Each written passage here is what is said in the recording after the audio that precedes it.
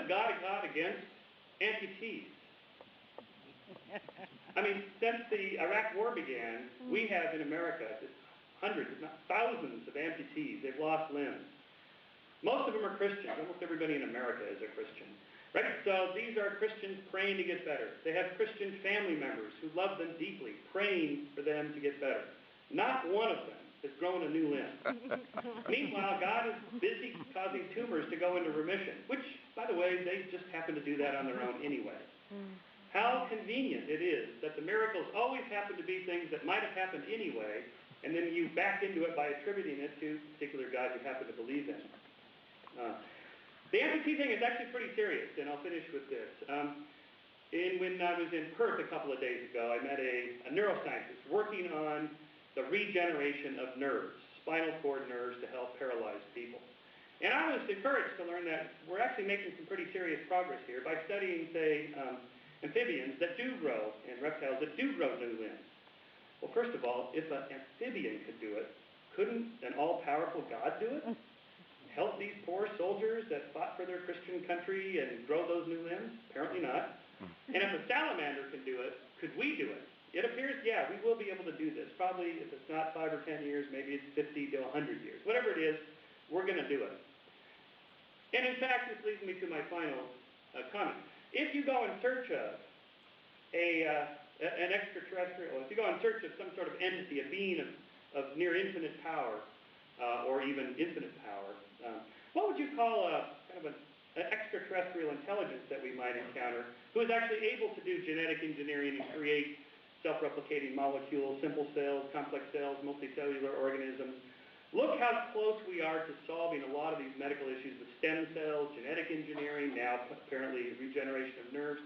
Just in 50 years of research, look how much we've been able to do. What might we be able to do in, say, 500 years or 5,000 years? What would you call an entity that could do that? Well, if you don't know the technology, you say, well, that's God. But if you know the technology, then it isn't God. And that's the problem of using any kind of science or reason or logic to try to reason your way to God, is you'll never find a deity. You can only find a super powerful, intelligent being like us, but just slightly more.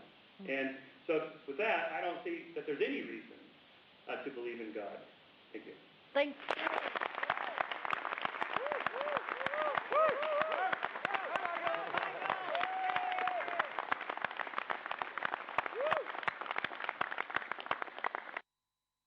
Are complementary, not conflicting, additive, not detractive. Anything that generates a sense of awe may be a source of spirituality. Science does this in spades. I'm deeply moved, for example, when I observe through my 8-inch telescope in my backyard in Pasadena, in LA. You can still see stuff. The fuzzy little patch of light that is the Andromeda Galaxy. It's not just because it's lovely, although it is, but because I understand that the photons of light landing on my retina left Andromeda 2.9 million years ago, when our ancestors were tiny-brained hominids roaming the plains of Africa.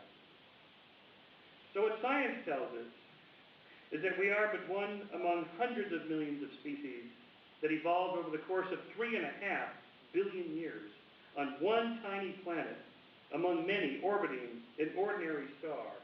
Itself one of possibly billions of other solar systems in an ordinary galaxy that contains hundreds of billions of stars, itself located in a cluster of galaxies not so different from the millions of other galaxy clusters themselves, whirling away from one another in an accelerating, expanding cosmic bubble universe that very possibly is only one among a near infinite number of bubble universes. Is it really possible that this entire cosmological multiverse was designed and exists for one tiny subgroup of a single species on one planet in a lone galaxy in that solitary bubble universe? Seems unlikely. Herein lies the spiritual side of science, the sensuality, if you'll pardon an awkward neologism, but one that echoes the sensuality of discovery. If religion and spirituality are supposed to generate awe and humility in the face of the Creator, what could be more awesome and humbling than the deep space discovered by Hubble and the cosmologists and the deep time discovered by Darwin and the evolutionists.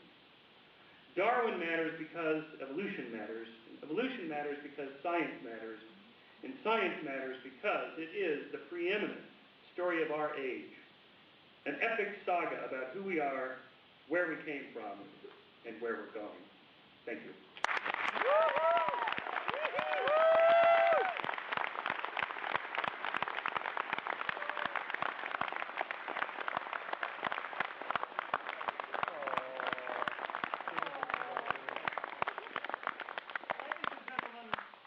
I think you might agree with me if you thought that to simply take a vote on is there a God or isn't there a God would cheapen the intelligent debate that we've had this evening. And to my experience, it would be completely fruitless, because I could guarantee that the number of people at the beginning of the debate who would say that they believed there was a God or didn't believe there was a God would be almost exactly the same as those at the end of the debate that would say the same thing.